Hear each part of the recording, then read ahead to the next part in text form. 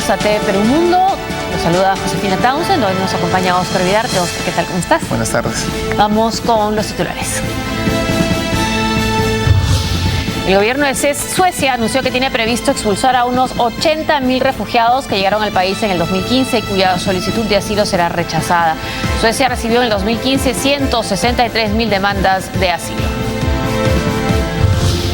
Con un nivel de alarma extremadamente alto por el virus del SIDA, la Organización Mundial de la Salud convocó una reunión de emergencia. Se calcula que más de 3 millones de personas resultarán infectadas. El ministro de Economía de Japón presentó su dimisión luego de recibir acusaciones de un supuesto soborno. El ministro respondió que se trataba de regalos registrados como donaciones políticas.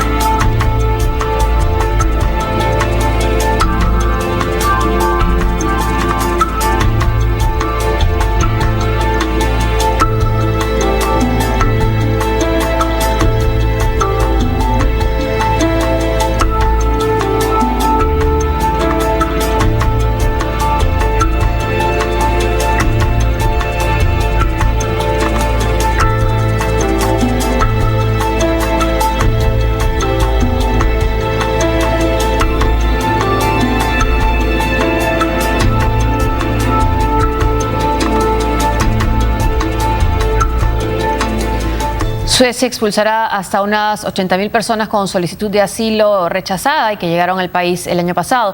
Los refugiados e inmigrantes expulsados serán devueltos a su país de origen. Suecia prepara la expulsión de decenas de miles de refugiados cuyas solicitudes de asilo fueron rechazadas. Así lo indicó el ministro del Interior de ese país, Anders Ygeman, en una entrevista para el diario Dagens Industri.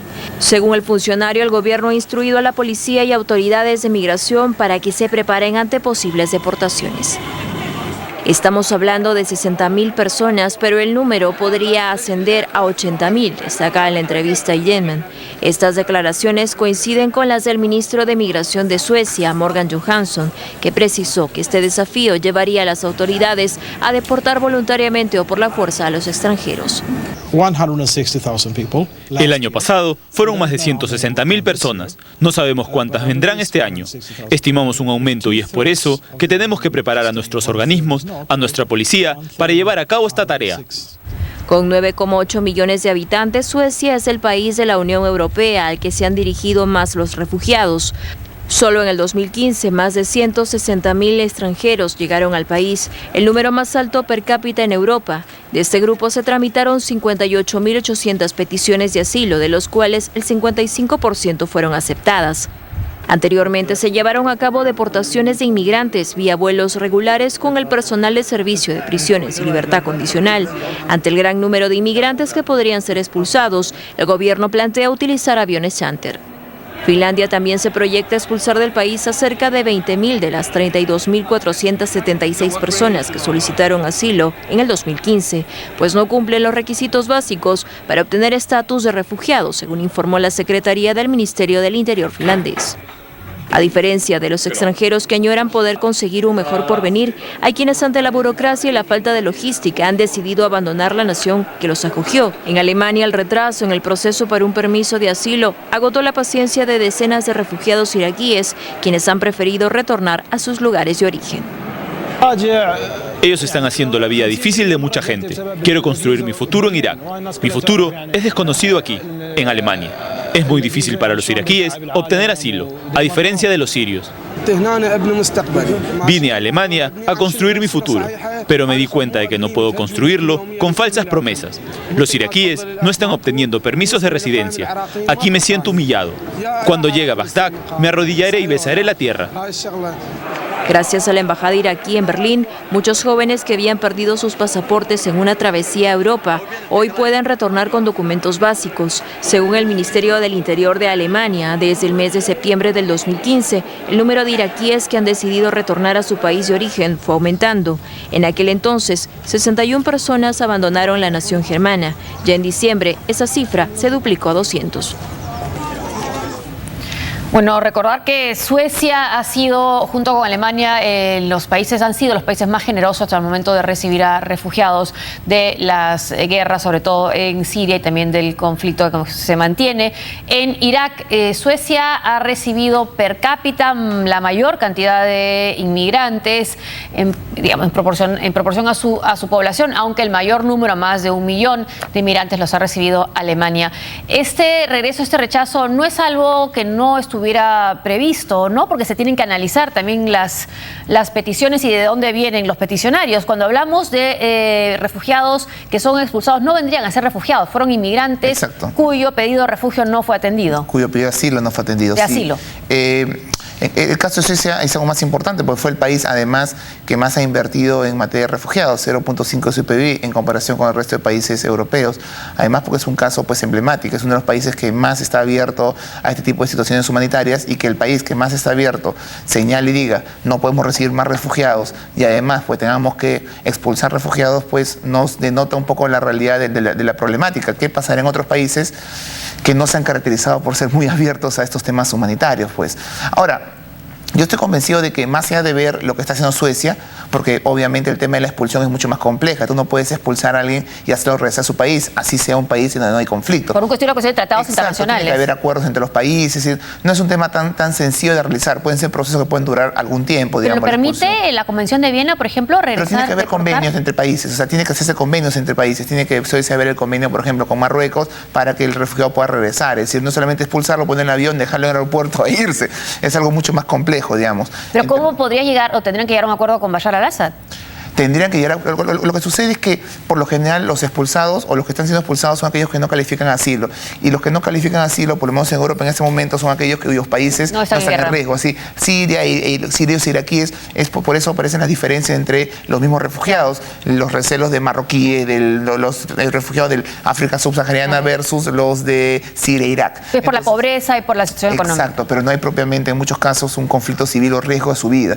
Ahora, más allá de lo que está haciendo Suecia, yo creo que en las últimas semanas estamos viendo en Europa en general una reacción frente a lo que viene sucediendo, frente al caos, es decir, al caos, a la falta de políticas comunitarias. Entonces lo que vemos es, bueno, algunos países han sido mucho más abiertos que otros, como Suecia, como Alemania, por ejemplo, pero sin embargo el caos y la ausencia de respuestas a esta situación que continúa, muchos pensamos que el invierno podría parar un poco la situación, pero continúa, es decir, vemos las fotos de gente aún en condiciones muy difíciles tratando de pues pasar o trasladarse hacia el continente europeo. Así que ante esta problemática yo creo que los países europeos, es una problemática que es cierta. Suecia es un buen ejemplo, ya no puede pues recibir más migrantes, están tratando de generar desincentivos, es decir, oigan iraquíes, oigan sirios, si ustedes van a venir acá, ojo que pueden ser expulsados, ojo que, y en general todos los que están viniendo a Europa, ojo que vamos a confiscar sus bienes, como ha hecho Dinamarca hace un par de días, ojo que vamos a evitar el reagrupamiento de la familia o poner muchas piedras a que este reagrupamiento se dé. ¿Qué está haciendo? Están creando desincentivos para que la gente pues vea cada vez que estamos viendo en los iraquíes que se regresan de Alemania, justamente una sociedad que ellos pensaban que los iban a recibir de una mejor manera y sienten que, bueno, están viviendo lo mismo que vivían en Turquía, es decir, son rechazados, permanecen en refugios pues con malas condiciones de sanidad, de alimentación, pues prefiero regresar a mi país donde, bueno, hay sido una situación de conflicto, pero puedo vivir, digamos, en las mismas condiciones. Así que tengo la impresión que en este momento lo que estamos viendo poco a poco en Europa es un poco crear los desincentivos frente a lo que ha sido realmente una avalancha humana de gente, lo cual de otra cara, si bien es entendible bajo el contexto, por otro lado también algunas veces desconocemos o olvidamos finalmente la naturaleza del refugiado, que es alguien que pues básicamente está huyendo de la violencia, estamos hablando de sirios, iraquíes y otras más, porque la violencia no es solamente conflicto, también es extrema pobreza, es situaciones situaciones donde la vida no es posible, como en algunos países del África subsahariana. Así que en este contexto creo que olvidamos del elemento humanitario, que algunas veces pues también es importante, y también la responsabilidad que Occidente y Europa tiene sobre estos conflictos, ¿no? Sobre la situación de África, sobre los conflictos en Siria y Afganistán. Y esa responsabilidad, pues algunas veces no aparece en el discurso europeo, y algunos países realmente parece que están en otra lógica. Es curioso hablar de guerra interna en Siria, cuando en realidad hay tantas potencias involucradas. Pero en el caso de Suecia, también decirlo, ¿no? Cuando aceptaron que no podían recibir más, la ministra que lo hizo casi con lágrimas en los ojos. Fue realmente dramático. El caso de Dinamarca es más polémico. Según The Economist, dicen, ha pasado de ser héroe a villano, de ser un país considerado el más feliz del mundo, el ejemplo incluso para los candidatos demócratas a la presidencia de Estados Unidos, de un país que puede tener un sistema que sea el más conveniente para sus ciudadanos. Y ahora resulta que aprueba esta ley de confiscar propiedades que ha sido muy cuestionada. Incluso también sale la nota en estos últimos días de un autor danés que le manda una carta al primer ministro de su país y le dice: mi abuela fue una refugiada. Si ella hubiera llegado en ese momento, hubiera tenido que entregar esta sortija que era tan valiosa para ella, porque, y se la manda en la carta, ¿no? Esta es la sortija que tenía que haber entregado. Ella fue una refugiada, ella fue aceptada, para marcar lo dramático de esta situación ahora en Dinamarca. ¿Cómo lo es también el tema que sea obligatorio en una ciudad comer chancho para los chicos en las escuelas, ¿no? Ahora, también tiene una nota de Economist sobre, más allá de estos temas sociales, ¿qué significa la llegada de los inmigrantes en términos económicos? ¿Cuánto de peso es para el presupuesto público y cuánto aportan ellos? ¿Cuánto amenazan el mercado laboral? Que eso también puede pasar, ¿no? O cuánto favorecen O también. cuánto bajan bajan los salarios con esa llegada a los locales. Como pasaba alguna vez en Arizona, que sí se hicieron estudios acerca de qué tanto pues realmente beneficiaba el inmigrante ilegal en la economía de Arizona, uno de los estados más duros con respecto a los migrantes en Estados Unidos. Se dieron cuenta que de repente, haciendo un balance costo-beneficio, eran más los beneficios que los costos. Exacto. Así que la supuesta ayuda social del estado de Arizona pues no se comparaba con todos los beneficios que las empresas adquirían o tenían utilizando mano de obra pues barata. Así que, claro, pero hay que hacer un análisis serio, porque ese análisis lamentablemente en Europa, como sucede en este tipo de escenarios, se politiza, así que se encuentra, y si a eso le combinamos pues que en una semana hablamos de lo de Colonia, lo sucedió en esta estación de Colonia, hablamos de una trabajadora social pues que hacía cuchillada en un centro de refugiados en Suecia, hablamos de una niña supuestamente violada por refugiados, que uno siente todos esos elementos y politiza, es decir... Claro, y no ve a largo plazo el impacto económico que puede tener. Que puede tener, además, en una economía que creo como la europea necesita pues una juventud, mano de obra barata para salir adelante. Así que ese tipo de elementos parece que son algunas veces desconocidos frente a lo que es el debate político. Pero también ahí está el tema político. ¿Cuán rápido puedes conseguir esta integración para que finalmente sea un aporte a la economía, ¿no? Pero y ese es un elemento que se discute en Europa hace 50 años. Es decir, y más bien la tendencia en la última década en Europa, mientras que hace 50 años la tendencia era aceptar la diversidad, digamos, como un elemento central de la cultura europea, hoy en día es al revés. Más bien de no aceptar la diversidad frente a minorías que comienzan a consolidarse en países como Francia, Alemania, y que algunas exageran, porque dicen la minoría turca no es 20%, es mucho más reducida, pero digamos comienzan a crearse leyendas en torno al crecimiento, es cierto, una minoría que guarda ciertas características y que no necesariamente se ha integrado a la sociedad alemana. Así que más bien la tendencia en Europa en este momento es al revés, a tratar de integrar y de homogeneizar antes que aceptar la diversidad. Con el elemento aterrorizador del ISIS y sus terroristas. La presunta denuncia del secuestro y violación de una adolescente rusa